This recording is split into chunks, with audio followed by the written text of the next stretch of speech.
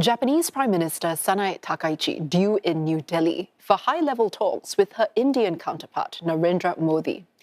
On the agenda, economic security and regional stability, with both leaders looking to strengthen supply chains and bolster energy security. A liquefied natural gas agreement could also be announced. The summit will also seek to deepen defense and maritime cooperation, reinforcing their shared commitment to a free and open Indo-Pacific.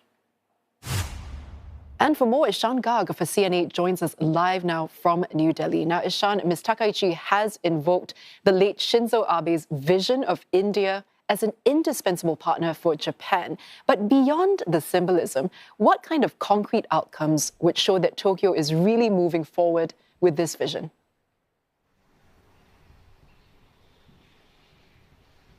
Well, as we understand, there are multiple items on the agenda, and the key among them are going to be defense, energy security, as you pointed out, and also economic ties between the two countries. We understand that India and Japan could sign agreements to build strategic fuel reserves for India here, along with a possibility of India and Japan co-developing frigate Navy vessels that will also be built here in India. Apart from that, we also understand that the Japanese Prime Minister is traveling to India with a very large business delegation of some 150 representatives, which is a sign that both sides are looking to deepen their economic cooperation as well. And this visit is not only to be seen from a prism of what the two sides are going to attain out of this visit, but it's also a sign of how trust has developed between Tokyo and New Delhi over the past few years. This visit by the Japanese Prime Minister comes after Prime Minister Narendra Modi visited Japan last year. And analysts here say that apart from the economics and the ideas of bolstering trade and regional stability, their eyes are also on one key issue, which is, of course, China. This is something that's reflected in both New Delhi's and Tokyo's dialogue when they talk about a free and open Indo-Pacific region. And analysts say that that's going to be a key part of discussions between Prime Minister Modi and Prime Minister Takaichi. There's also the idea of keeping the Quad initiative alive, which includes India, Japan, Australia, and the United States. And analysts say that with US President Donald Trump's commitment to Quad looking shaky, India and Japan could take the forum ahead.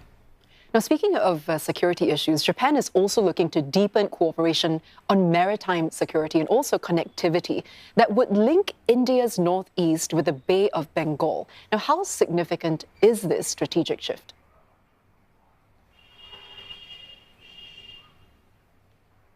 It's a hugely strategic shift, and it's also in some ways a marker of how much New Delhi trusts Tokyo with its investment. There's only one country in the world where India has a established mechanism of dialogue on infrastructure development in its northeastern region, which is politically, militarily, in all senses, very sensitive. The only country that India works in that region through an institutional mechanism is Japan. And we have seen over the past few years, Tokyo has invested heavily in that part of India with working on companies like Tata Electronics and Tokyo Electron. They are working on setting up electronic manufacturing and assembly facility there. We also understand there are plans for there to be a development of an industrial hub for Japanese companies to come and invest. And it's part of a broader vision of both India and Japan to connect India's northeast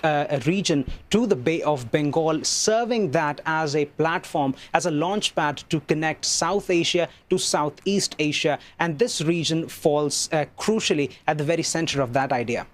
Ishan, thank you so much for that update. That was Ishan Garg reporting live for CNA from New Delhi.